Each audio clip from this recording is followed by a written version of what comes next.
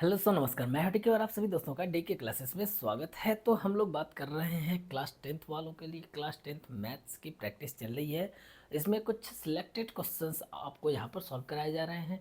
और chapter wise की अगर हम बात करें तो प्लेलिस्ट में देख लेना, एनसीईआरटी की प्लेलिस्ट होगी एक, जिसमें आपको चैप्टर वाइज पढ़ाए जा रहे हैं। ठीक है, इस समय हम लोग फोर्थ चैप्टर पर पहुंचने वाले हैं। अभी अभी तक हम लोग 3 चैप्टर कंप्लीट कर चुके हैं। कौन कौन सा?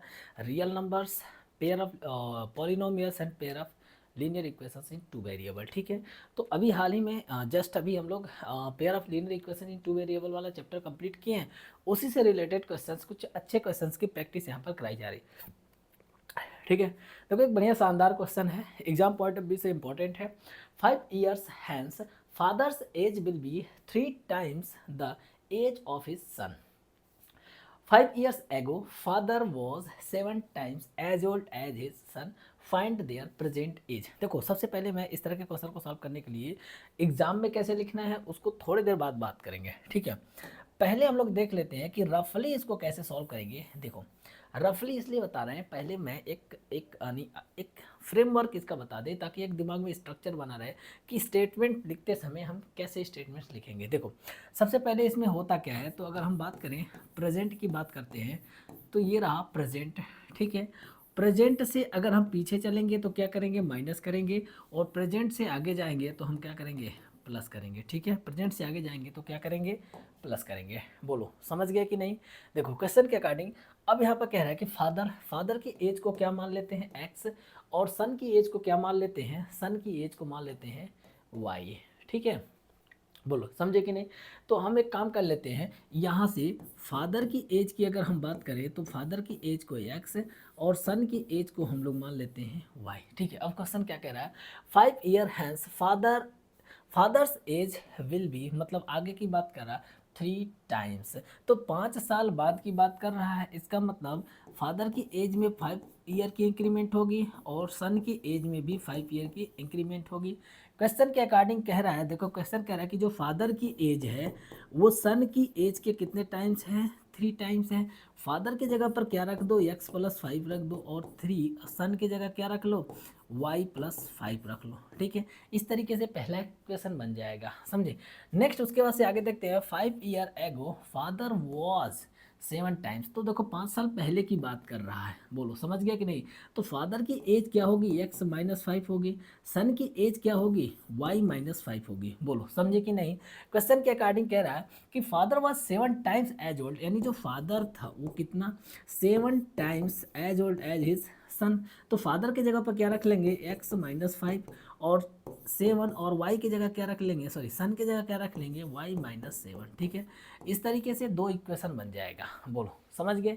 इक्वेशन कैसे बनाना है ये आपको समझ में आ गया होगा। चलो अब इसका स्टेटमेंट्स यानी एग्जाम में कैसे आपको लिखना है उसके बारे में भी बात कर ही लेते हैं।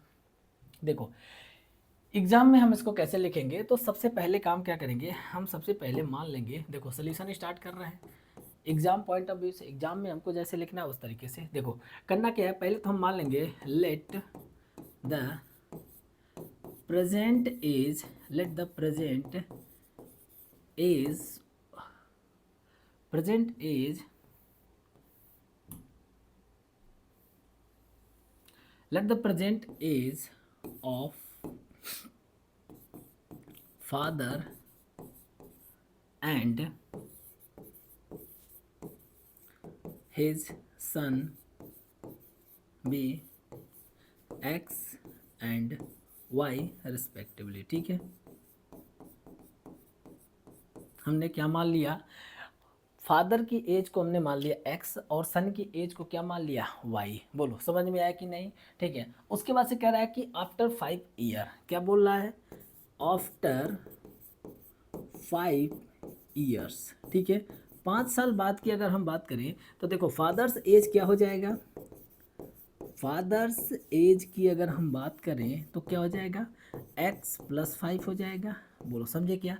सन्स एज क्या हो जाएगा? सन्स एज की अगर हम बात करें, सन्स एज की अगर बात करें तो y+5 हो जाएगा। ठीक है, अकॉर्डिंग टू क्वेश्चन, क्वेश्चन के अकॉर्डिंग क्या है? क्वेश्चन के अकॉर्डिंग कह रहा है कि जो फादर की एज है वो 3 times है उसके सन की एज की। तो फादर्स एज क्या है, x प्लस 5 है, 3 टाइम्स है किसके, सन के एज के, सन की एज क्या है y प्लस 5 है। बोलो इतनी चीज़ समझ में आया कि नहीं आया, इतनी चीज़ तो समझ में आया होगा, क्योंकि हम लोग पहले तो रफ डायग्राम के थ्रू समझ लिया, अब यहाँ पर हम लोग इसको ऐसे भी समझ लिए, स्टेटमेंट्स कैसे लिखना है उस तरीके से भी मैंने बातें कर लिया। बोलो समझ में आ गया कि नहीं। चलो आगे देखते हैं, तो इसको थोड़ा सा और सॉल्व कर लेते हैं। तो क्या बन जाएगा, x प्लस 5, 3 से मल्टीप्लाई करेंगे तो 3y प्लस का क्या हो जाएगा 15, इसको भेज दो उस साइड में, प्लस है उस साइड जाकर माइनस हो जाएगा, तो x इक्वल टू 3y और प्लस का क्या हो जाएगा 10, ये हो जाएगा इक्वेशन फर्स्ट। बोलो समझ में आया कि नहीं। हम एक काम कर लेते हैं, इसको इधर से हटा देते हैं, थोड़ा सा इधर जगह खाली हो जाएगा, ठीक है। चलो नेक्स्ट कंडीशन क्या कह रहा है, 5 ईयर्स एगो, ठीक है, और 5 ईयर्स एगो यानी 5 साल पहले, वाज कह रहा है ना, यानी 5 साल पहले, तो बिफोर 5 ईयर, फिर से क्वेश्चन के ही अकॉर्डिंग हम बात कर रहे हैं, बिफोर 5 ईयर, बिफोर 5 ईयर्स, ठीक है, 5 साल पहले की अगर हम बात करें तो 5 साल पहले क्या था, देखो बिफोर 5 ईयर्स, तो 5 साल पहले अगर देखें तो फादर्स एज क्या थी, फादर्स एज की अगर हम बात करें तो क्या थे, x माइनस 5, सन्स एज क्या थी, सन्स एज की अगर हम बात करें तो y माइनस 5, ठीक है। फिर से अकॉर्डिंग टू क्वेश्चन की ही बात करते हैं, तो देखो क्वेश्चन के अकॉर्डिंग क्या हो जाएगा, father age was 7 times, father age कितना हो जाएगा, x minus 5 7 times his son age क्या हो जाएगा y माइनस 5। बोलो समझ में आया कि नहीं।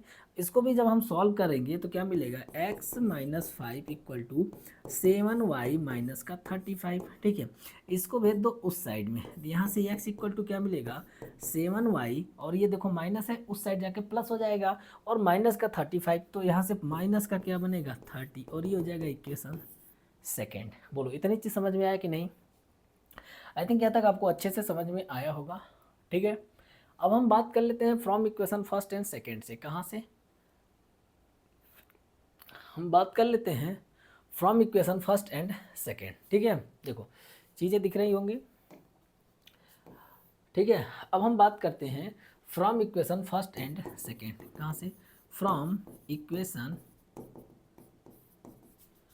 फर्स्ट एंड सेकेंड, ठीक है। फर्स्ट एंड सेकेंड में देखोगे तो दोनों का, इसका भी देखोगे तो लेफ्ट हैंड x है, इसका भी लेफ्ट हैंड x है, ठीक है। तो दोनों को इक्वल करा देंगे तो क्या बनेगा बताओ, 3y प्लस का 10 इक्वल टू क्या हो जाएगा 7y माइनस का 30, 7y माइनस का 30, माइनस को इधर भेज देते हैं, इसको उधर भेज देते हैं। देखो प्लस का 3y उस साइड जाएगा तो क्या हो जाएगा माइनस होगा, तो यहाँ बचेगा 4y, माइनस का है इधर आके प्लस का हो जाएगा, यानी हो जाएगा 40, तो क्या हो जाएगा 40, तो y की वैल्यू क्या आ जाएगा, y की वैल्यू आ गए 4। बोलो समझे कि नहीं, y की वैल्यू क्या आ गए 4। अब हम एक काम कर लेते हैं, y की वैल्यू पुट कर लेते हैं, किस में, चाहे जिसमें पुट कर लो, इक्वेशन 1 में ही पुट कर लो, put the value of y, put the value of y in equation 1, equation 1 में हम y की वैल्यू पुट करते हैं तो देखो क्या मिलेगा, x इक्वल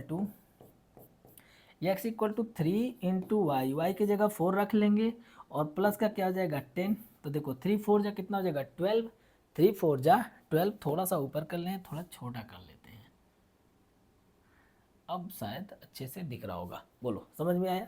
तो देखो x की वैल्यू यहाँ से क्या आ जाएगी, x इक्वल टू 3 4 जा 12 प्लस 10 22,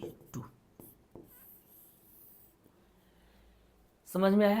तो x की वैल्यू यानी फादर की एज कितनी थी 22 थी, ठीक है, फादर की एज कितनी थी 22, सन की एज कितनी थी 4। बोलो प्रेजेंट एज की बात कर रहे हैं, क्योंकि हमने प्रेजेंट एज को ही x और फादर के प्रेजेंट एज को x और सन की प्रेजेंट एज को y मान रखे थे। देखो बढ़िया शानदार क्वेश्चन है, एग्जाम पॉइंट ऑफ व्यू से मोस्ट इंपॉर्टेंट है, किसी भी कंपटीशन में आप बैठ रहे हो, गवर्नमेंट एग्जाम में बैठ रहे हो, उसके लिए भी एक बढ़िया शानदार क्वेश्चन है, एग्जाम में भी इस तरीके से क्वेश्चन पूछे जाते हैं, ठीक है। तो चलो ये तो खैर हम लोग बात कर रहे हैं क्लास 10th वालों के लिए, तो इस तरीके से और भी बहुत सारे वीडियोस की प्रैक्टिस हम कराते रहेंगे, ठीक है। लॉन्ग वीडियो भी आएगा, लाइव भी हम लोग करेंगे, फिलहाल थोड़े से टेक्निकल चीज़ों को थोड़े मैनेज किया जा रहा है, जैसे ही सारी चीज़ प्रॉपर तरीके से होने लगेगा देन हम लोग लाइव भी स्टार्ट करेंगे। फिलहाल अभी हम लोग इसी तरीके से काम चला रहे हैं, ठीक है। तो अगर आप नए हो तो चैनल को सब्सक्राइब कर लेना, ठीक है। वीडियो को लाइक करो, लाइक करते रहना, ठीक है। किसी भी तरीके का कोई भी प्रॉब्लम हो कमेंट बॉक्स में बताओ, ठीक है। और इस तरीके से चलो आप अपना काम करते रहो, हम इधर से आपको बढ़िया शानदार तरीके से क्वेश्चन से प्रैक्टिस करवाते रहेंगे। और देखो कलेक्शन बहुत सारी चीज़ें की हो रही हैं, धीरे धीरे हो रही हैं, हर एक चीज़ आपको अवेलेबल करवाया जाएगा। अच्छा एक चीज़ और, अगर आप टेस्ट की बात देखो, टेस्ट में आप कम्युनिटी या पोस्ट में जाओ, ठीक है, वहाँ पर बहुत सारे क्विजेज अपलोड किए जाते हैं। लाइन से अटैम्प्ट करो, जो चैप्टर आप पढ़ लिए हो, हिस्ट्री, ज्योग्राफी, पॉलिटी, इकोनॉमिक, कोई भी जो भी पढ़ चुके हो, आप उसका टेस्ट जाकर वहाँ से दे सकते हो, ठीक है। तो चलो बस इसमें इतना ही रखते हैं, अब मिलते हैं नेक्स्ट वीडियो में, तब तक के लिए धन्यवाद।